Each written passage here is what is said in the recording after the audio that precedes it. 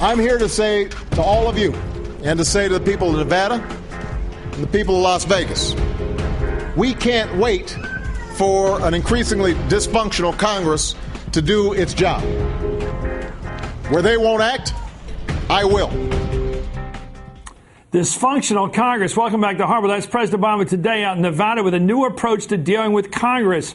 Rather than waiting for Congress to act, which it hasn't, the president's rolling out a series of programs that he can enact without congressional approval. The new campaign is called We Can't Wait, and its first initiative will be to help homeowners who are underwater on their mortgages.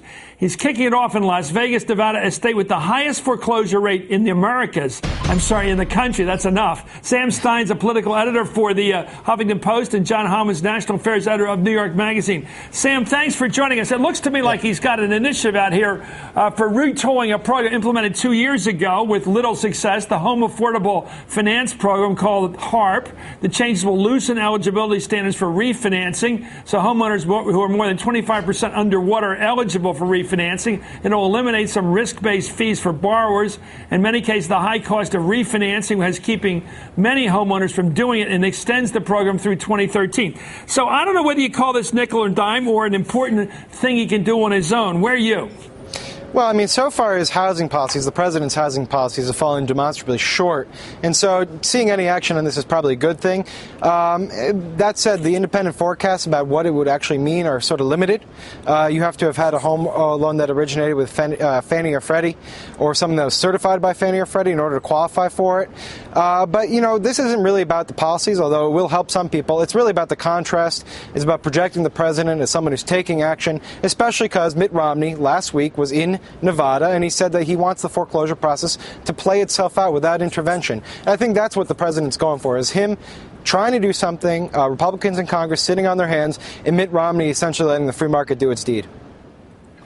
Let's take a look at the Romney bite. We wanted to get that across. Let Mitt Romney here speak for himself about it. He thinks this before the Las Vegas Review-Journal newspaper. Here's Mitt Romney. As to what to do for the housing industry specifically, and are there things that you can do to encourage housing?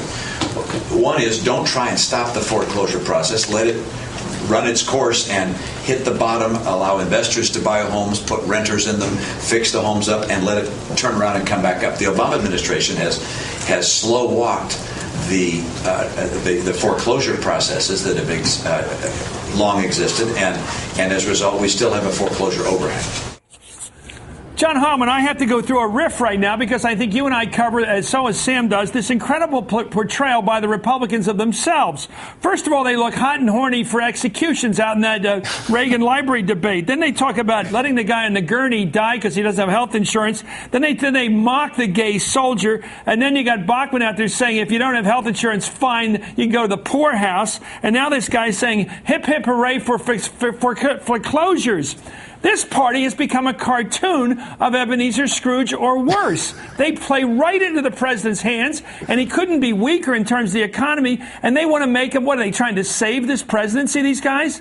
Chris, there's nothing I like better than being on television with you when you're using the word horny. Let's start with that. Okay, Randy, better word. Stick with horny. We'll stick with what you've got. Look, it is extraordinary, and they do seem to be trying to give the president a gift on a lot of these issues. I'm more struck in some ways by how, in Romney's case in particular, how totally ignorant he seems to be about the actual public policy implications of what it would mean to let the foreclosure crisis play out in a natural way. He is supposed to be the guy who has private sector experience. He's supposed to understand the private sector better than Barack Obama. That's supposed to be the contrast that favors him, is that he actually understands how things happen in what he likes to call the real economy.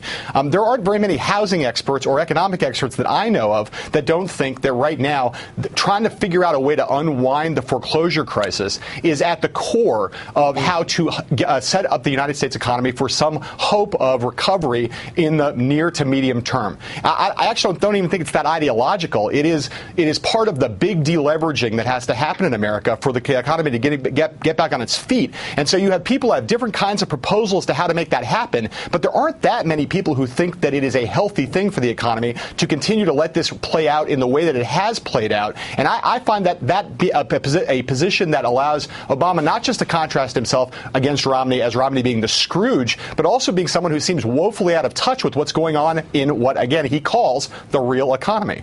Especially because he did it in Nevada. Yeah, sure. I was going to say, especially because he did it in Nevada, which is the state that has been hit the hardest by the foreclosure crisis. It rang bizarre to me, I have to say. Yeah. Well, it seems, Sam, that what the president's trying to do is, in effect, and also symbolically, go out there trying to help people in trouble, even if it's not with a lot of power. He keeps trying to help people, whereas Romney keeps saying laissez-faire. Let the car companies die. Remember how he said that? Let Chrysler and the rest of them just go to heck. Go to heck. We don't care about you. We're going to be, Ayn Rand, free enterprise, objectivist. The heck with this helping companies in trouble. And then bring it down to the lowest level, the person who can't meet their mortgage because they're underwater. Let them die, too. Let them rent, I mean, this callousness, it seems to make the president look more of a human being. Well, to bring it back to the origination of this discussion, Obama has actually done executive orders or executive actions throughout his presidency. He's done 25 in 2011 alone. I think about 97 over the course of his presidency. Yeah. But he's choosing to emphasize it now for a particular reason, which is he wants to be out there. He wants to seem like the one who actually has some solutions to offer. And coming out with these, I think he's going to announce one a week. Tomorrow we're going to get one about hiring veterans. That makes him seem like someone who's doing proactive work. Whereas, like you said, if you're just willing to let the market take us where it wants, that's not exactly presidential. That's more ideological. Yeah, you don't need a president to say don't do anything. Exactly. Anyway, it doesn't take anybody. You get somebody to write a novel to do that. Thank you, Sam Stein. Thank you, John Hyman. We got the president on the road doing it himself.